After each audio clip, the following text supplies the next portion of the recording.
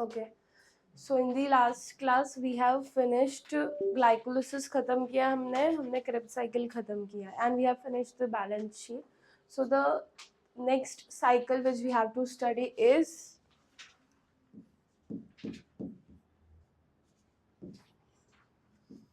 ETC. Can you tell me the full form of ETC? Yes, it is electron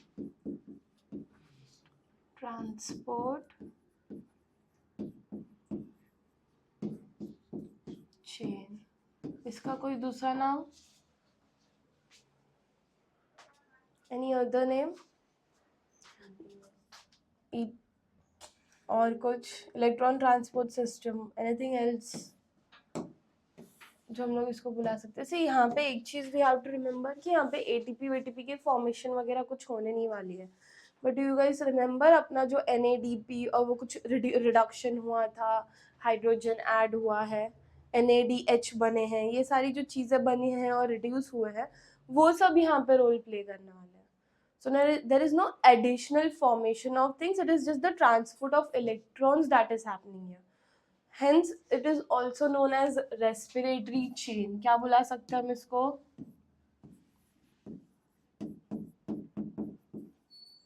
Respiratory chain, and the other name is oxidative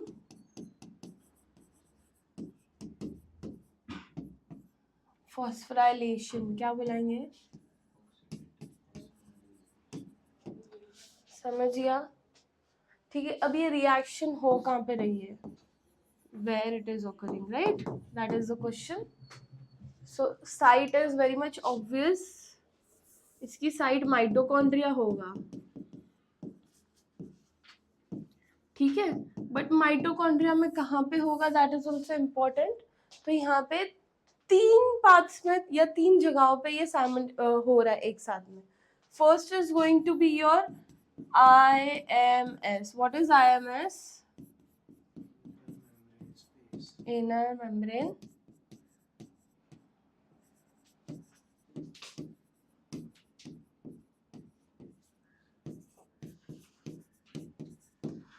second is going to be your IMM. inner mitochondrial membrane.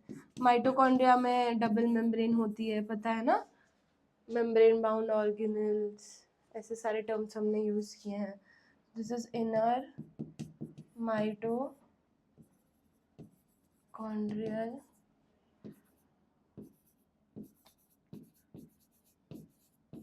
membrane. And third is, what is third?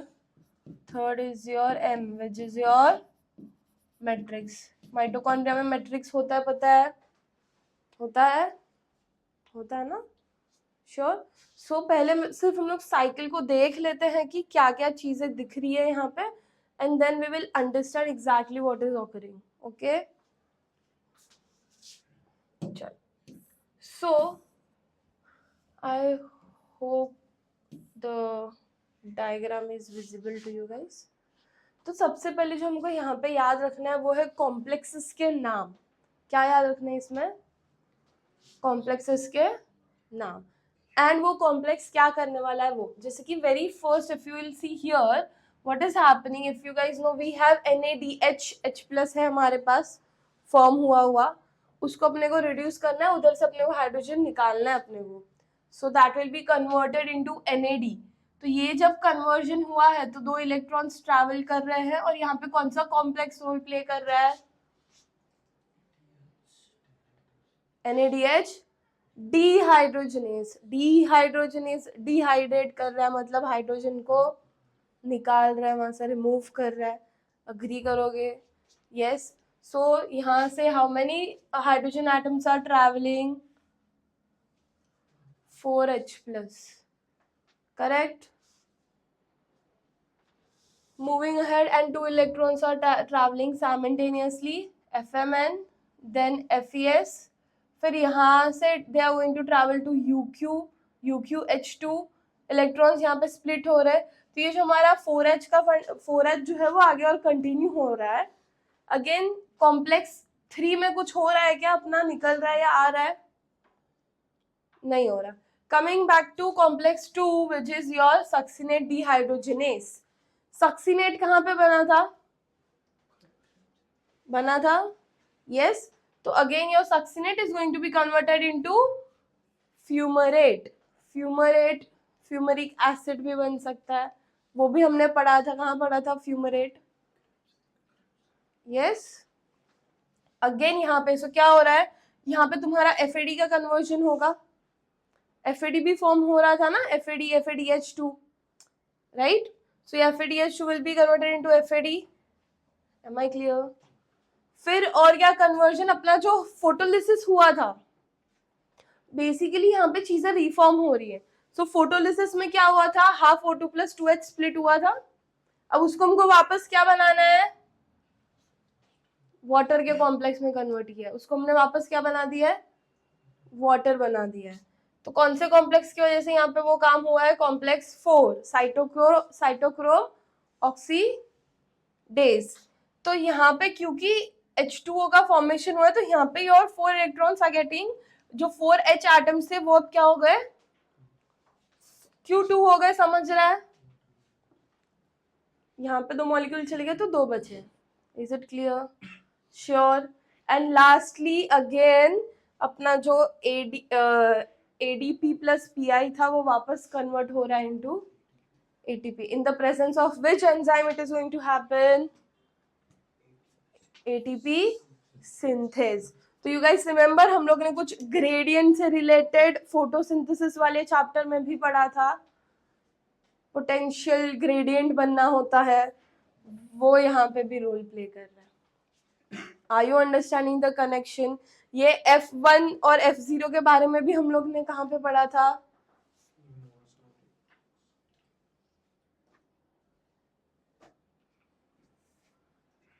हम लोग ने। Sure हो?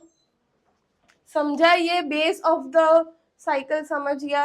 यहाँ पे electrons transport हुए, ये समझ आया। इलेक्ट्रॉन ट्रैवल किए हैं, टू इलेक्ट्रॉन ट्रैवल किया है, देन 4H एटम्स, एंड में that is going to be reduce into 2 because of the formation of your H2O। Simple है, सिंपल है। तब पॉज कर जरा एक मिनट।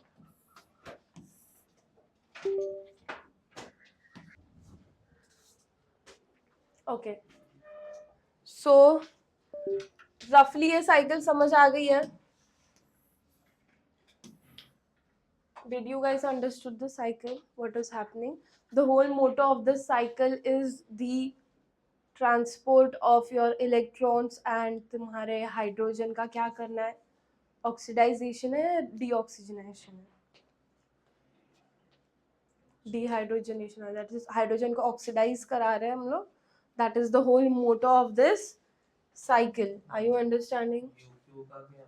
UQ का फुल फॉर्म है यूबिक्यूइन। चलो, सो लेट्स अंडरस्टैंड। सो अभी पीछे तुम लोग ने कॉम्प्लेक्सेस देखे, 5 कॉम्प्लेक्सेस इन्वॉल्व थे। यस, हर कॉम्प्लेक्स के साथ कोई ना कोई कंपोनेंट ऐड था। कंपोनेंट क्या है, व्हाट आर द कंपोनेंट्स? ये जो इंटरमीडिएट्स यहाँ पे दिख रहे हैं, ये क्या है, उनके कंपोनेंट्स है। क्या है? 5 इधर है कॉम्प्लेक्सेस, तो तुम मुझे उनके 5 कंपोनेंट्स भी बता पाओगे? यहाँ पे 4 ही दिख रहे हैं, 5 है टोटल ना, लेकिन you have here also this is complex 4 and end में complex 5 आता है। clear? let's jump to the complexes का नाम। ठीक है, सबसे पहला complex 1 है। complex 1 का नाम क्या होगा? हाँ, yes, what is the name of the complex 1?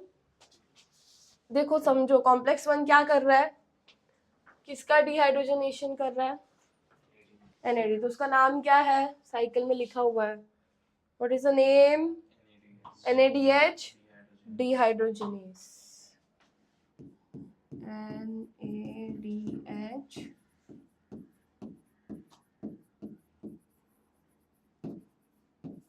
Yes. तो उसके कंपोनेंट्स क्या क्या देखे थे हम लोग ने? Yes, see in the cycle, what we can see, FMN है, एक FMN है और एक क्या है, दूसरा क्या है, FES है.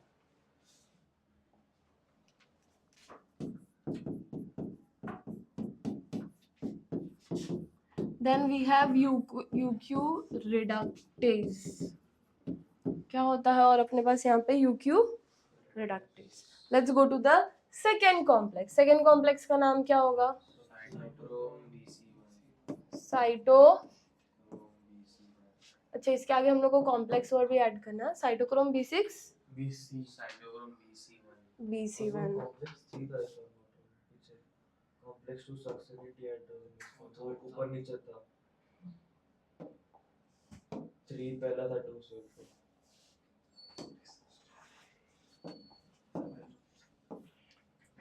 So your complex 2 का नाम क्या है, सक्सिनिक डिहाइड्रोजिनेस. क्या है,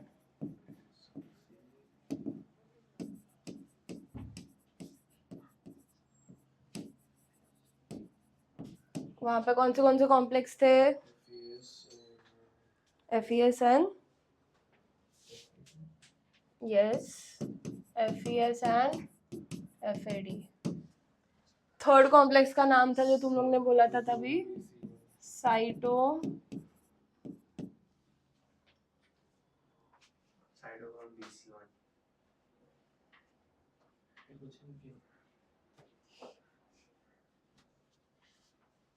कौन से कंपोनेंट्स इन्वॉल्व है,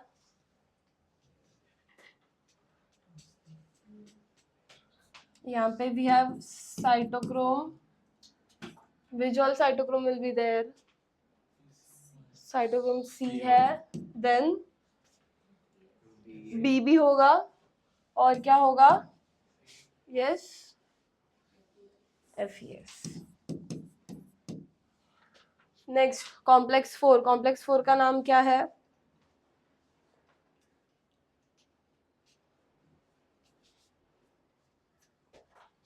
कॉम्प्लेक्स 4 का नाम क्या है,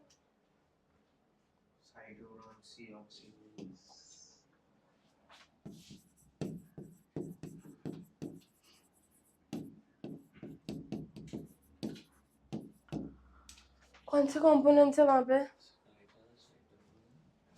we have site A, then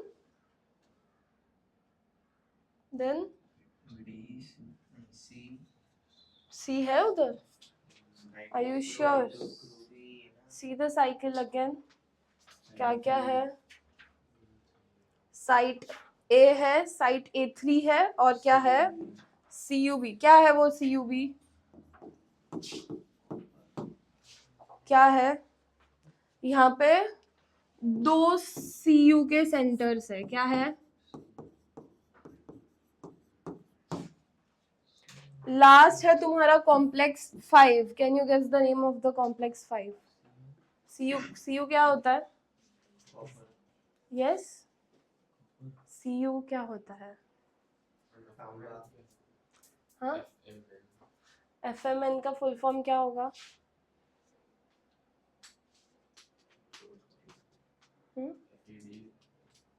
ऊपर FAD है, FMN है,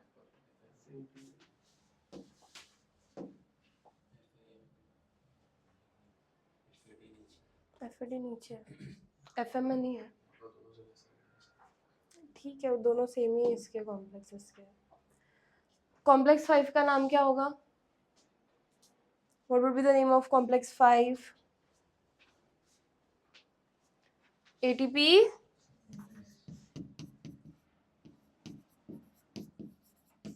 कोई और नाम भी दे सकते क्या इसको, एनी अदर नेम,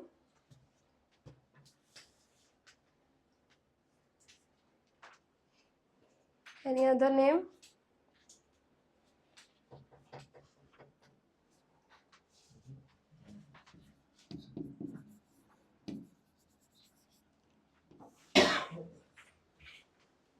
ऑक्सीसोम. क्या बोल सकते हैं, ऑक्सीसोम. यहाँ पे कौन सा ये है कंपोनेंट्स है, yes, F0 which is going to be your integral, and दूसरा कंपोनेंट क्या था, F1, जो कौन से एंड पे होगा, peripheral. Now if you focus on the cycle back, ये वाला जो पार्ट है इन एंड आउट जो होने वाला है, जो हमारा मेन मोटो है, वो सब मैट्रिक्स में हो रहा है। जो इंटरनल रिएक्शंस है वो तुम्हारे किस में हो रही है, मेम्ब्रेन और स्पेस में हो रही है। Correct? Yes, is it clear? Sure? पक्का? अभी हम लोग ने यहाँ पे एटीपी सिंथेस बोला है, बट एटीपी सिंथेस पता है एक्टिवेट कब होता है, जब उनको लाइट मिलती है। अगर लाइट नहीं है तो एटीपी सिंथेस एक्टिवेट नहीं होगा। तो will that result here somewhere, कुछ प्रॉब्लम क्रिएट करेगा यहाँ पे?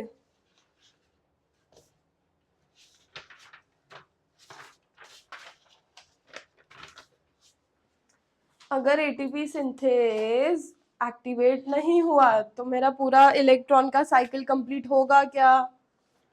अगर ये इलेक्ट्रॉन का साइकिल कंप्लीट नहीं हुआ तो वापस अंडरस्टैंड फोटोसिंथेसिस रेस्पिरेशन, रेस्पिरेशन के एंड प्रोडक्ट से वापस फोटोसिंथेसिस होगा। The cycle is continuously going on ना, दोनों एक दूसरे से काफी कनेक्टेड है। तो अगर रेस्पिरेशन ही कंप्लीट नहीं हुआ तो मतलब लाइट भी नहीं है, तो वापस अगेन फोटोसिंथेसिस रीस्टार्ट नहीं हो पाएगा ना, because what we are saying is light is not there, so ATP synthase ने वर्क नहीं किया है। तो रेस्पिरेशन का जो ईटीसी साइकिल था वो पूरा तुम्हारा कंप्लीट नहीं हुआ है। समझ आया?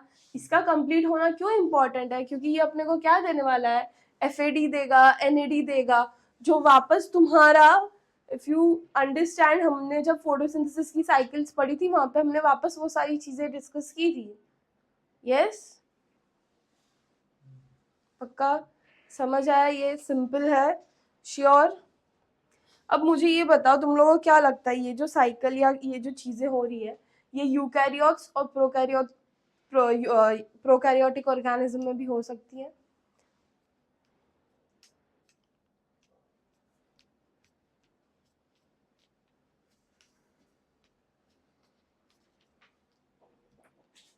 यस, हो सकती है। तो कैसे? सेकेंड थिंग, ये पूरी साइकिल में O2 का जो एक्सेप्टर था, लास्ट एक्सेप्टर, वो कौन था?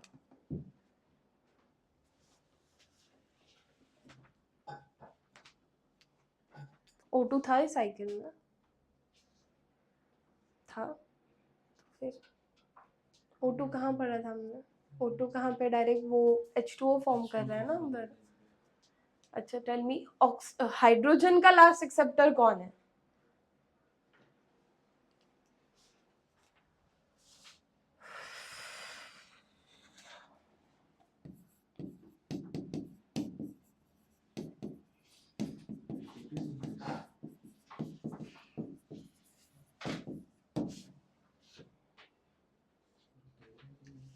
O2 is your last acceptor of hydrogen and that is the reason इसका नाम क्या है, ऑक्सीडेटिव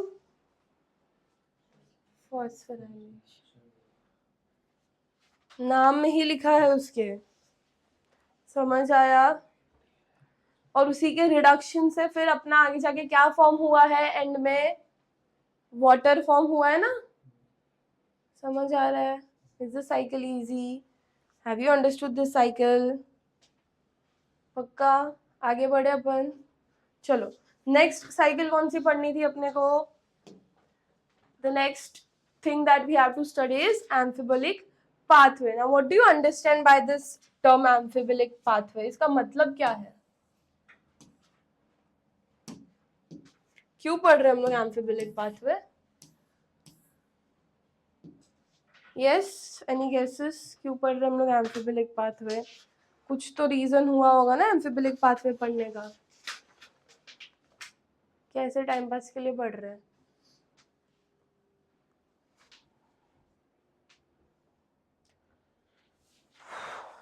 यस, बोल बेटा। क्यों? बहुत कॉम्प्लिकेटेड था ना ये साइकिल। तो क्या है इस साइकिल में?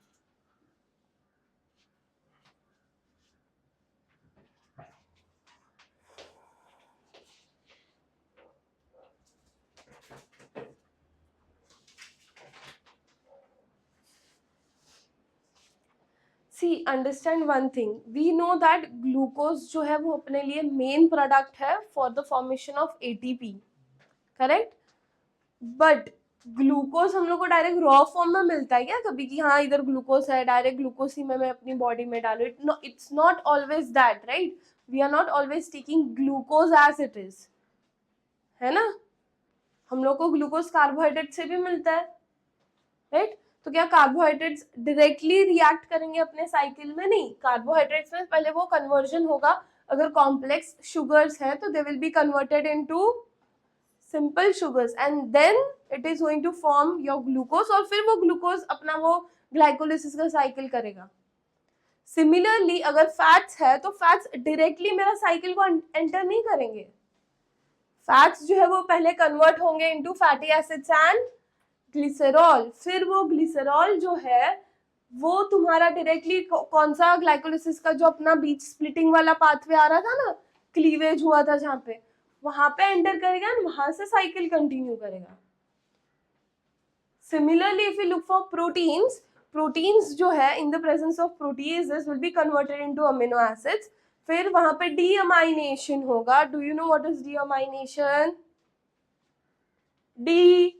डीअमाइनेशन मतलब क्या होगा? नाम में ही है उसका, डीअमाइनेशन मतलब removal of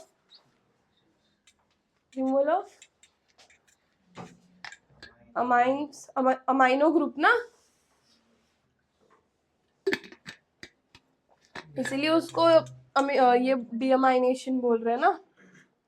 yes, and then once it is forming pyruvic acid, again अपना वो क्रेब्स साइकिल का साइकिल कंटिन्यू करेगा। So the whole motto of this pathway is to understand कि ग्लूकोज डायरेक्टली फॉर्म पहले तो नहीं हो रहा। ग्लूकोज या हमको एनर्जी जो चाहिए, इट्स नॉट ओनली कि ग्लूकोज ही हमेशा रहेगा। सो डिफरेंट फॉर्म्स में भी हम एक्सट्रैक्ट कर सकते हैं एनर्जी बाय कार्बोहाइड्रेट्स का तो हमको समझ गया, सिंपल शुगर में कन्वर्ट करेंगे। फैट्स के लिए हम लोग कन्वर्जन करेंगे फैटी एसिड्स प्लस ग्लिसरॉल, और अमीनो एसिड्स में किस में कन्वर्जन करेंगे? अमीनो एसिड्स, उनका डीअमाइनेशन होगा and then they will directly form pyruvic acid, pyruvic acid से एसिटाइल कोए, एसिटाइल कोए से it will enter the Krebs cycle. तो यहाँ पे हमने इंटरमीडिएट सारी साइकिल पूरी नहीं लिखी है because that cycle you guys already no now. समझ आया? श्योर, सिंपल है ये साइकिल, थियरी में भी यही चीज वापस दी है, तो इसका ये तुमने जस्ट बेस अंडरस्टैंड कर लिया तो फिर इसको तुमको और इन डेप्थ पढ़ने की जरूरत नहीं पड़ेगी। Is that clear? समझ आया ये? समझा? श्योर हो? नेक्स्ट करें अभी। नेक्स्ट क्या था? What was the next thing that we have to do? Next क्या है? fermentation. Fermentation is a part of your anaerobic respiration. anaerobic respiration में अपने दो बाय प्रोडक्ट्स बनते हैं, lactic acid and ethanol. Ethanol बनेगा वो हम लोग कहाँ पे यूज करते हैं? ब्रूइंग इंडस्ट्रीज में। और जो लैक्टिक एसिड है उसको हम लोग यूज कर सकते हैं इन डेयरी इंडस्ट्री। ये जनरल हो गया, बट अभी तो हम लोग प्लांट्स के पॉइंट ऑफ व्यू से देख रहे हैं। अगर मैं एनिमल्स के भी, ह्यूमंस के पॉइंट ऑफ व्यू से बोलूँ तो लैक्टिक एसिड कब बनता है हमारी बॉडी में? एक्सरसाइज की वजह से, या फिर we can say when your muscles are getting fatigue they are going to form lactic acid. So basically वो टाइम पे हो क्या रहा है? ऑक्सीजन उधर नहीं पहुंच पा रहा है जिसकी वजह से there is a fatigue, right? So CO2 के लेवल्स वहां पे क्या हुए हैं? इंक्रीज हो गए। यस, इसीलिए लैक्टिक एसिड का फॉर्मेशन हुआ है। हाँ, यस। तो यहाँ पे भी क्या हो रहा है? अगर मेरी बॉडी में अनएरोबिक रेस्पिरेशन हो रहा है, so as you guys know your glucose is oxygen dependent या ऑक्सीजन इंडिपेंडेंट? इंडिपेंडेंट है, यस। तो ग्लूकोज से अपना जो प्रोसेस है वो कंटिन्यू हो सकता है फॉस्फोइनॉल पायरुविक तक, पायरुविक एसिड बन सकता है। सो बेसिकली क्रेब्स साइकिल में अपना जाना डिफिकल्ट है एनारोबिक रेस्पिरेशन में, बट ग्लाइकोलिसिस कर सकते हैं। तो ग्लाइकोलिसिस करने के वजह से वो कंप्लीट ग्लाइकोलिसिस का प्रोसेस नहीं हो पाता, तो इसीलिए ग्लाइकोलिसिस में यहाँ पे अपना कितना फॉर्मेशन होता है एटीपी का, अपने एटीपी 4 बने थे जिसमें से 2 यूटिलाइज हो जाते हैं और कितने बचते हैं, 2 बचते हैं। समझ आया? दैट्स हाउ वी से कि एनारोबिक रेस्पिरेशन में अपने को कितनी एटीपी मिलती है, 2। अभी यहाँ पे हम लोग NADH का काउंट कर रहे हैं या नहीं कर रहे हैं? यस गाइस, कर रहे हैं, पर नहीं कर सकते क्योंकि जो ETS है वो भी ऑक्सीजन डिपेंडेंट है, मतलब वो भी एरोबिक रेस्पिरेशन का पार्ट है। तो क्योंकि ये अनएरोबिक रेस्पिरेशन है तो ये ना क्रेब्स साइकिल करेगा ना ETS करेगा, तो there is going to be no formation of NAD या FAD, तो उनका इन्वॉल्वमेंट यहाँ पे नहीं हो पाएगा। Hence they are not going involvement in the sense, देखो यहाँ पे ये बन रहा है बट इसका वापस रीअब्जॉर्प्शन और वो साइकिल कंटिन्यू तो नहीं होगा, सो दे विल नॉट सपोर्ट और help in forming any kind of ATP। इसीलिए हम लोग इनका जो फॉर्मेशन हुआ है उसका ATP को यहाँ पे कैलकुलेट नहीं कर सकते। Hence because of the glycolysis in fermentation या फिर अनएरोबिक रेस्पिरेशन में कितनी ATP मिलती है अपने को, सिर्फ 2 ATP। Is it clear? Concept समझ आ गया है? श्योर हो? पक्का? Q2 ATP बनता भी ये समझ आया है, because it is not going to enter ETS। इसीलिए भी तुमको समझ आ रहा है क्यों हमने अभी जस्ट डिस्कस किया कि ETC या ETS चेन क्यों इंपॉर्टेंट है अपने लिए। Am I clear? श्योर? अब मुझे बताओ, लैक्टिक एसिड अगर मुझे इन जनरल बनाना है तो मैं कैसे बना सकती हूँ? यस, अरे रिस्पेक्टिव टू दिस, अगर हमारे डेली लाइफस्टाइल में अगर मुझे लैक्टिक एसिड बनाना है तो कैसे बनेगा? दही फाड़ के नहीं, दूध फाड़, दूध को भी फाड़ना नहीं होता है, दूध को फाड़ दिया तो पनीर बन जाएगा, दही फाड़ के, ठीक है। एंड इथेनॉल का तो you guys already know we can use in brewing industries also. ये अपने बहुत सारे खाने में भी यूज करते हैं हम लोग, फर्मेंटेशन मेथड। बेकरी इंडस्ट्री में भी यूज होगा। हाँ, तो यहाँ पे भी ईस्ट ही होने वाला है, दोनों। इवन ब्रूइंग इंडस्ट्री में भी ईस्ट यूज होता है, बेकिंग इंडस्ट्री में भी ईस्ट होता है, स्पीशीज अलग होती है, बट है दोनों भी क्या, यीस्ट। तुमको क्या लगता है, yeast is good for health और bad for health?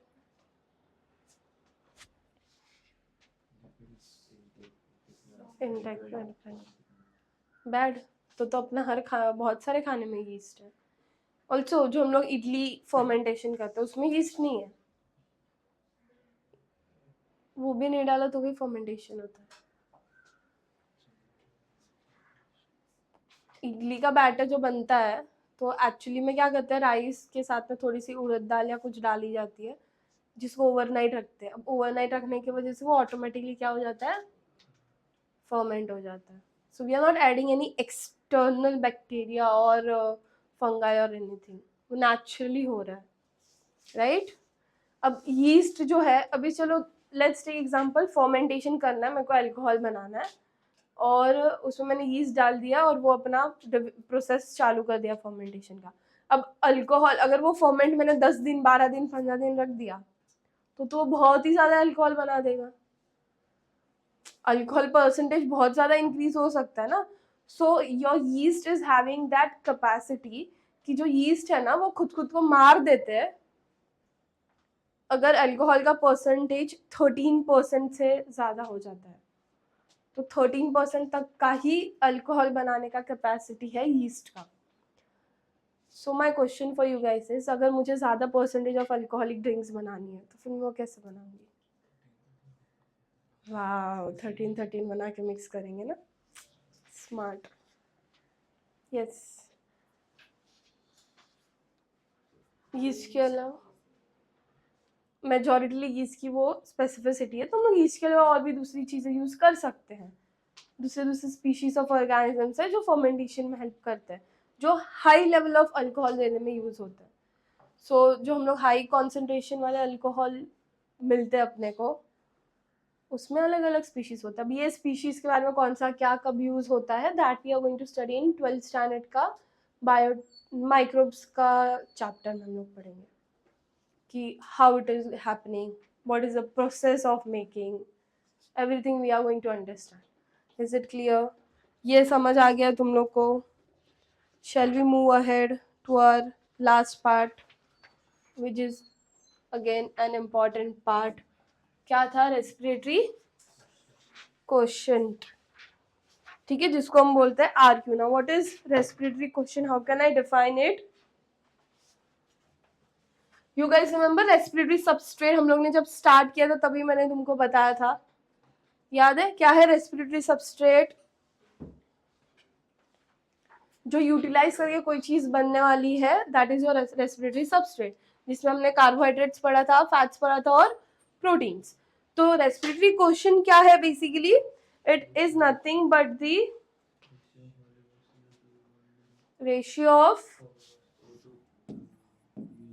ratio of CO2 evolved upon O2, या उल्टा लिखा है अपन ने?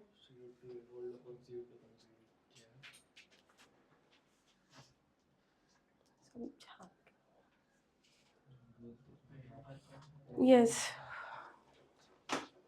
सो बेसिकली इसको हम लोग क्या बोल सकते हैं, कितना O2 कंज्यूम्ड हुआ है इन रेस्पिरेशन में, that also we can say, या कितना CO2 कंज्यूम हुआ है इन द प्रोसेस। हुआ है CO2 कंज्यूम? होता है? अग्री करोगे? चलो, सबसे पहला अपना बेसिक रिएक्शन क्या बनता है? What is the basic reaction? C6H12O6। क्या फॉर्म होता है उससे? CH3, अरे कुछ तो बोलो।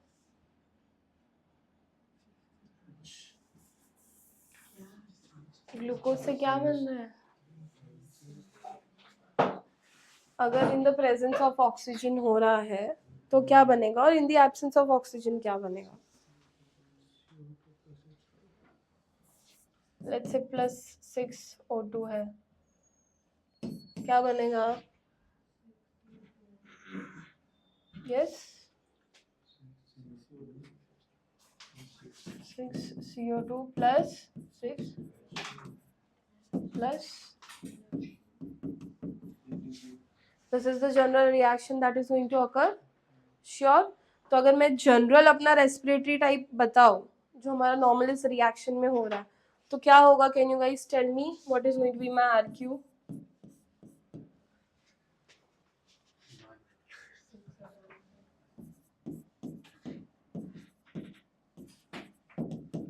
क्या हंसने का था इसमें?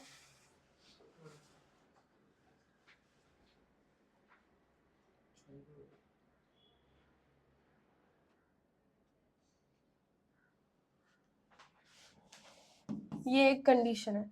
व्हाट इफ इसके जगह पे हम लोग कोई और कंडीशन ले लेते हैं, जैसे कि let's take example, I am taking the reaction C6H12O6 से हमको क्या मिला है? 2CH3 CH2OH plus 2CO2 plus 59 kilo calorie.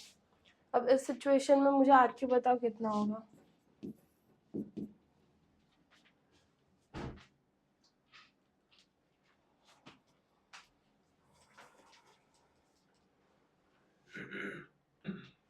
यहाँ पे तुमको ऑक्सीजन दिख रहा है किधर? ऑक्सीजन है क्या? लेकिन यहाँ पे ऑक्सीजन है? इसमें है ना।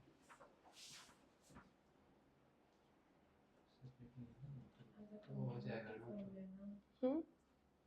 सेपरेट ऑक्सीजन की तरह ये मेरा ये है, इससे ये बना यहाँ पे, कहीं पे तेरे को ऑक्सीजन मिला है क्या? उसको पूरा सेपरेट करना पड़ेगा। हाँ तो यहाँ पे है क्या, हम लोग कैसे निकालेंगे इसका आरक्यू, मैं वही पूछ रही हूँ। यहाँ पे अपने पास 2 CO2 है एंड 0 O2 है, which is going to be anything upon 0 is infinity या 0? Are you sure?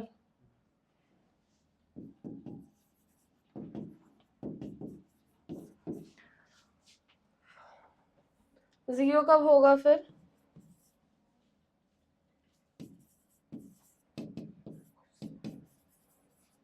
अगर आरक्यू मुझे 0 चाहिए तो कैसा रिएक्शन होना चाहिए?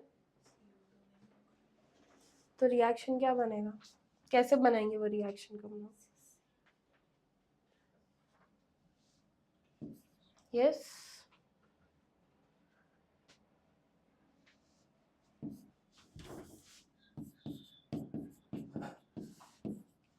बोलो, कौन सी रिएक्शन ऐसा हम लोग कर सकते हैं? When there is a formation of lactic acid, नहीं मैलिक एसिड की फॉर्मेशन में करते हैं। कब करते हैं हम लोग?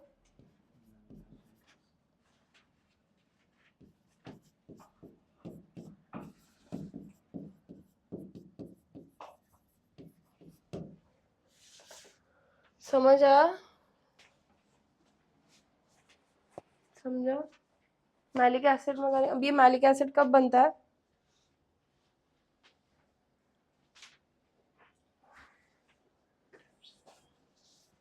मैलिक एसिड कब बना था? यस सक्यूलेंट प्लांट्स क्या होता है पता है? सक्यूलेंट प्लांट्स क्या होता है पता है? तुम लोग ने C2 C3 C4 सारे साइकिल के सारे प्लांट्स के नाम बताए, उसमें से तुम लोग ने किधर भी नहीं पढ़ा सक्यूलेंट प्लांट्स के बारे में।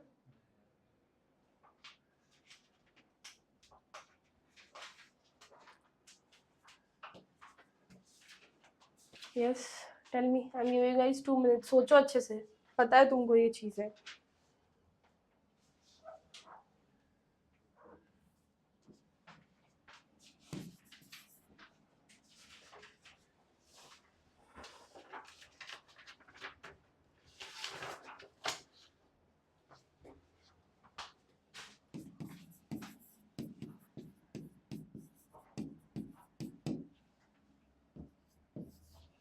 थिंक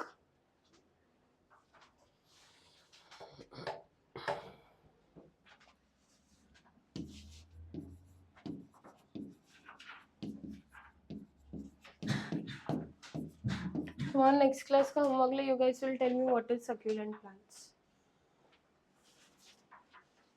कमिंग बैक टू, अब हम लोग ने जनरल आरक्यू की वैल्यूज देख ली, एक हमको 1 मिला, एक इन्फिनिटी मिला, एक 0 मिला। अब मुझे आरक्यू का वैल्यू लेस देन 0 कब मिलेगा?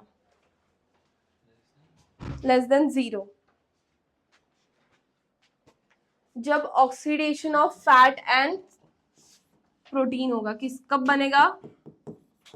Oxidation of fats and protein, जब इनका ऑक्सीडेशन होगा तो मेरा आरक्यू का वैल्यू क्या होगा? Sorry less than 1, sorry less than 1, yes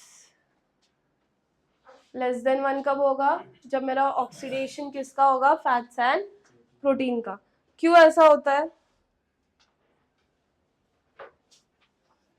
CO2 नहीं बनता,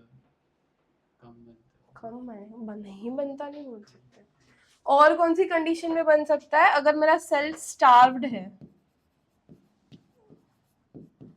स्टार्व्ड सेल वाला कौन सा कैटेगरी था याद है? हम लोग ने 2 टाइप ऑफ रेस्पिरेशन का पढ़ा था, प्रोटोप्लाज्मिक रेस्पिरेशन और फ्लोटिंग रेस्पिरेशन। तो सेल स्टार्वेशन कहाँ पे हो रहा था? प्रोटोप्लाज्मिक रेस्पिरेशन में। या फिर जब जर्मिनेटिंग सीड्स होते हैं जिनमें फैटी सीड्स जो होते हैं उनमें होता है ये रिएक्शन। तो रिएक्शन कैसे रन करता है, रिएक्शन लिखूं पूरा? हाँ ठीक है, बेटा फैन ऑन करना उधर से। Yes, so the reaction will go as 2C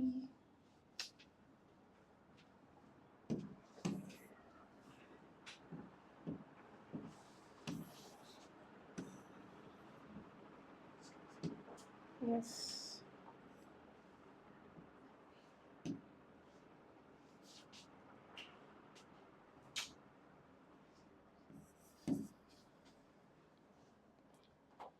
2C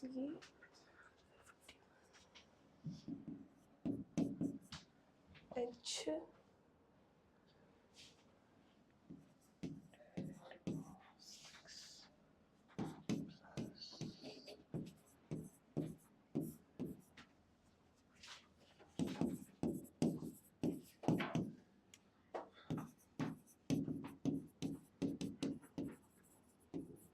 solve करो इसको, करो सॉल्व। क्यों सॉल्व किया तूने, सॉल्व किया तूने, कैसे मालूम पॉइंट? सॉल्व करो, आंसर क्या आएगा इसका? हाँ तो आर क्यू क्या आएगा, क्या अपॉन क्या लिखोगे? 102 CO2 upon 145 O2। Tell me the answer. Solve करके बता ना कैसा आया तेरे को इतना जल्दी। हाँ आएगा, मेरे को भी मालूम है, लेकिन कैसे आया तेरे को? एग्जाम में वैल्यू चेंज कर दी तो क्या करेगा? हाँ तो करो।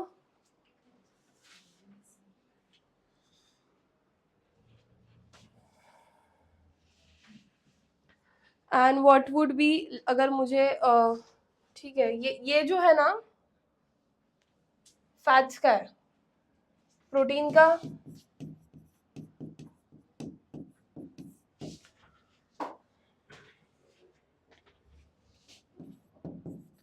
प्रोटीन का 0.9 है वैल्यू, ठीक है।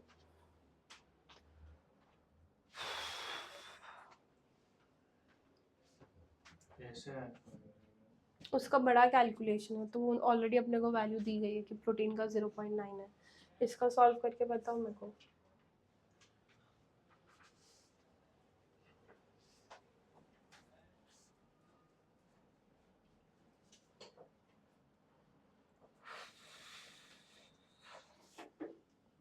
Tell me.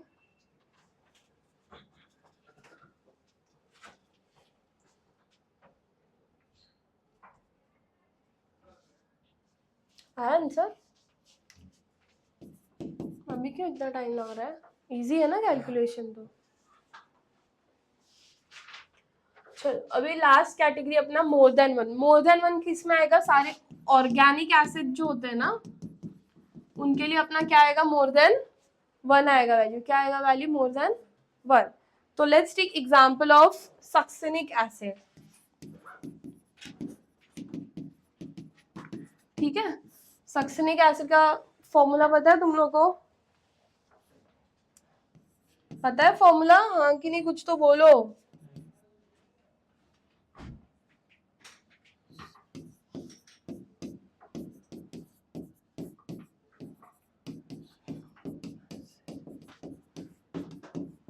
चलो ये रिएक्शन है, इसका मुझे निकाल के बताओ कितना आएगा। This is the reaction of your succinic acid. इसका आरक्यू कितना आएगा?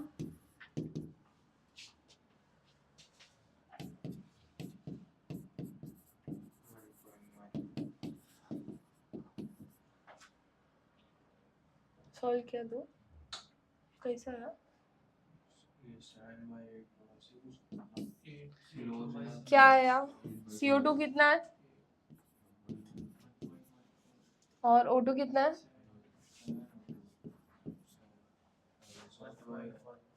आंसर कितना है? Very good. अब मैलिक एसिड का रिएक्शन क्या होगा?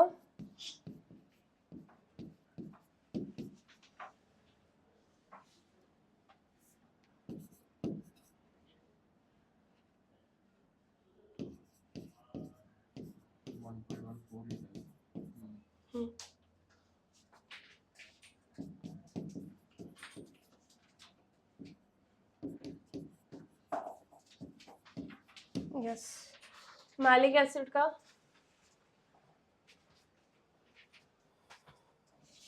1.3 बता ना एक इधर क्या आएगा. 4/3 4 CO2 upon 3 O2. It will give you what is the value? 1.3 एक और कोई एसिड लेते हैं. Oxalic acid. पता है ऑक्सैलिक एसिड क्या है? टमाटी मारेंगे.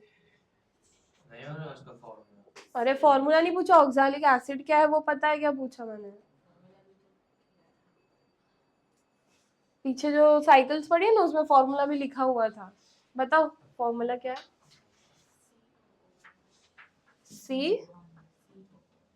COOH C2H2 plus O2 will give you 4 CO2 plus 2 H2O plus energy. चलो इसका RQ कितना आएगा?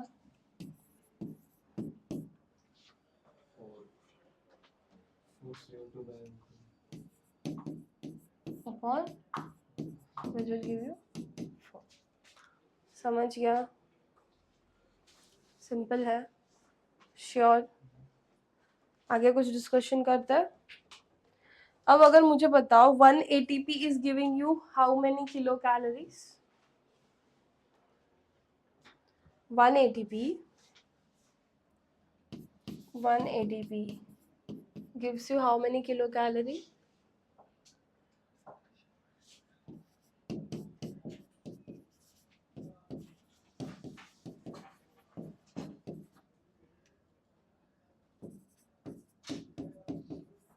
एक एटीपी में होता है 8.1 किलो कैलोरी. सो 1 ग्लूकोज में you are getting 686 kilo calorie. How you are getting 686? 686 कैसे आया बेटा अपने को?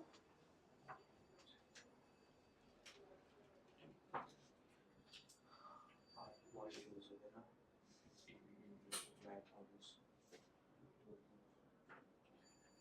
कैलकुलेट करके देख ना. 8.1 इंटू कितना एटीपी होता है एक ग्लूकोज में? एक ग्लूकोज मॉलिक्यूल से कितना एटीपी? तो कैलकुलेट करके देख कितना आता है.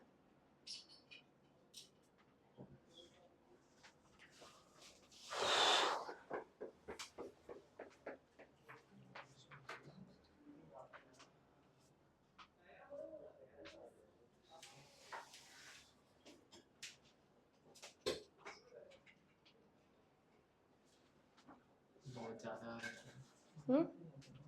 85 हो जाता है. क्या 85 है? 686 डिवाइड बाय 8 करना है.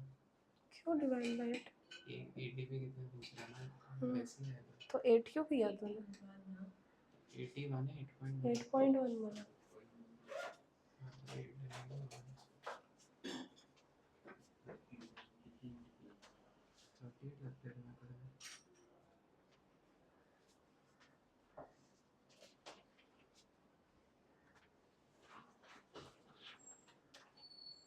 सो अगर क्वेश्चन पूछा energy efficiency of cellular respiration कितना है, if I have to figure out the energy efficiency.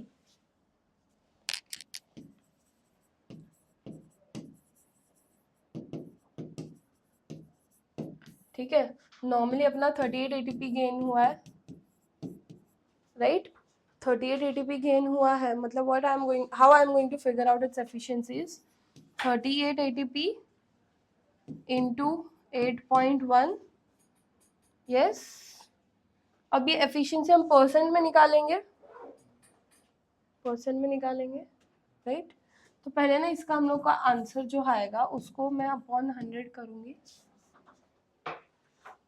और एक चीज हम करेंगे विच इज,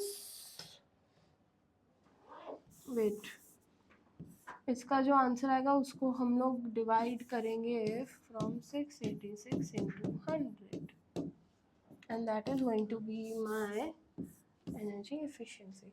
सो 38 इंटू 8.1 कितना होता है? 244 कितना होता है? 307.8 307.8. सो 307.8 अपॉन 686 इंटू 100 करेंगे तो कितनी एफिशिएंसी आती है? अरे तो करो डिवाइड उसको और बताओ मुझे आंसर कितना परसेंट? 47%.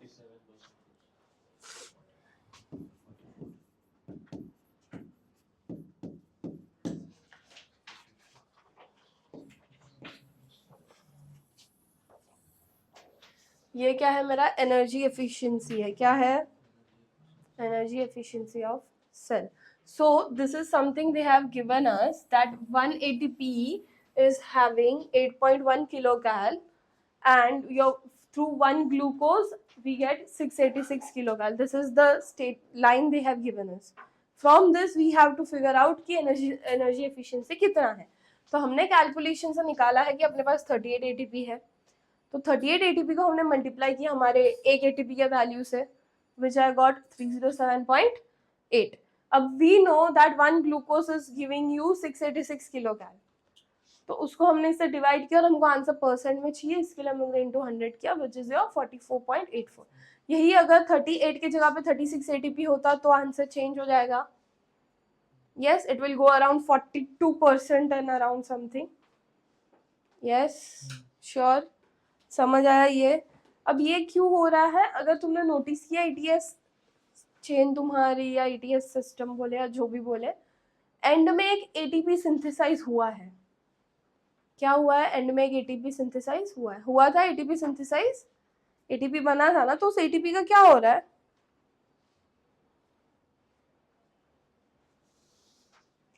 तो जो 4H प्लस और इन सब का जो पूरा रिएक्शन हुआ है उसी की वजह से there was a formation of your 1 ATP which will again going to be utilized in the cycles. तो उसको हमने कैलकुलेट बैलेंस शीट में किया है कि नहीं? नहीं कर रहे बैलेंस शीट में कैलकुलेट, नहीं किया है ना, साइकिल में ऐड किया था हमने किधर? चल समझ गया? Is this chapter clear? पक्का? Sure? with this we have finished this chapter. Next class we are going to start with locomotion.